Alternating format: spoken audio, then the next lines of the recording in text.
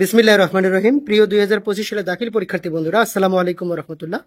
আজকে তোমাদের তথ্য যোগাযোগ প্রযুক্তি পরীক্ষা অনুষ্ঠিত হলো। তোমাদের ক সেট প্রশ্নটির সমাধান করে দেওয়া আছে। ইনশাআল্লাহ যদি কোনো ভুল থাকে তোমরা কমেন্ট বক্সে জানিয়ে দেবে সঠিক উত্তরটি, এবং কার কতটি প্রশ্নের উত্তর হলো কমেন্ট বক্সে আশা করি জানিয়ে দেবে। প্রথম প্রশ্ন দেখো, যে ঘরে বসে অর্থ উপার্জন করাকে পদ্ধতিকে কি বলে? একের গ আউটসোর্সিং, 2 নম্বর হচ্ছে নিচের কোনটি ডেটাবেস? MS access. 2 এর খ। 3 নম্বর হচ্ছে রাহমানিয়া মাদ্রাসার অধ্যক্ষ মহোদয় শিক্ষার্থীদের বিভিন্ন পত্রিকা ম্যাগাজিনে ইসলামিক লেখালেখি করতে উৎসাহিত করেন এবং মাদ্রাসায় অফিস সহকারীদের মাসিক আয় ব্যয়ের হিসাবের প্রতিবেদন জমা দিতে বলেন। তো এখানে শিক্ষার্থীরা যে সফটওয়্যারটি ব্যবহার করেছেন সেটা হচ্ছে এমএস ওয়ার্ড। 3 এর হচ্ছে খ। 4 নম্বর হচ্ছে অফিস সহকারীদের পেশাগত কাজ সূত্র ব্যবহার করতে হবে, উপাত্ত বিশ্লেষণ করতে হবে, এটা হচ্ছে এমএস এক্সেল যেটা। 4 এর হচ্ছে গ। 5 নম্বর হচ্ছে স্বল্প খরচে দ্রুত নিরাপদে টাকা পাঠানো যায় কোন সেবার মাধ্যমে? ইএমটিএস, এটা হচ্ছে 5 এর ঘ। 6 নম্বর হচ্ছে অবজেক্ট তৈরি করার আগে জানা প্রয়োজন লেয়ার, 6 এর হচ্ছে ক। 7 নম্বর হচ্ছে কম্পিউটার ভাইরাসে আক্রান্ত হলে 1 এবং 2 ফাইল মুছে যেতে পারে, ডেটার বিকৃতি করতে পারে। এরপরে 8 নম্বর দেখো, এইজ ফিল্ডের ডেটা টাইপ, যেহেতু এইজ একটি সংখ্যা সুতরাং 8 এর হচ্ছে গ নাম্বার। 9 নম্বর প্রশ্ন দেখো, অডিও ভিডিও অ্যানিমেশন যুক্ত এক ধরনের ইবুক রয়েছে যা কেবল নির্দিষ্ট হার্ডওয়্যারে পড়া যায়। উদ্দীপকের ইবুকটি কোন ধরনের? এটা হচ্ছে স্মার্ট ইবুক। 9 এর হচ্ছে খ। 10 নম্বর হচ্ছে ফিল্ড নেম এর আকার নির্ধারণের জন্য কোনটি ব্যবহার করতে হয়? এটা হচ্ছে ফিল্ড সাইজ। 10 এর গ।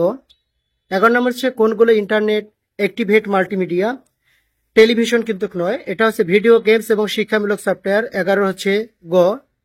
12 নম্বর হচ্ছে কম্পিউটারে কাজ করার গতি বজায় রাখার জন্য ব্যবহার করা হয় disk clean up, disk defragmenter. 12 হচ্ছে ক। 13 নম্বর হচ্ছে কিন্ডল কি? কিন্ডল শব্দের অর্থ হচ্ছে রিডার। 13 হচ্ছে খ। এরপরে ব্যান্ডউইথ কি? ব্যান্ডউইথ হচ্ছে ডাটা পরিমাণ। 15 নম্বর হচ্ছে মাইক্রোসফট কোম্পানির অপারেটিং সিস্টেম সফটওয়্যার হলো এমএস ডোস। 15 ক। 16 নম্বর হচ্ছে সাধারণত ইবুক কয়টি ভাগে ভাগ করা যায়? 16 হচ্ছে গ। এরপরে আইসিটি ব্যবহারিক ক্লাসে শিক্ষক ছাত্রছাত্রীদের দেখালেন কিভাবে পাওয়ার পয়েন্ট নতুন স্লাইড যুক্ত করতে হয় এবং কিভাবে স্লাইড শো চালু ও বন্ধ করতে হয়। এটা আইসিটি স্যার কোন বোতামে চাপ দিয়ে স্লাইড শো চালু করে দেখালেন? এটা হচ্ছে F5।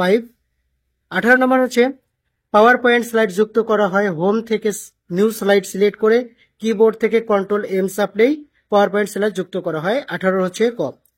এরপরে 19 নম্বর হচ্ছে ফরিদ, এখানে যে টেবিলটা আছে আইসিটি থেকে প্রাপ্ত নম্বর D3, অর্থাৎ এই B3 এবং C3 এটার যোগ কিন্তু বোঝাচ্ছে, তো সমান দেওয়ার পরে এটি হচ্ছে 19 হচ্ছে গ। এরপর হচ্ছে সিডি বা পেনড্রাইভ থেকে সফটওয়্যার ইনস্টল করতে গেলে কোন প্রোগ্রামটি চালু করতে হয়? Auto run. 20 ক।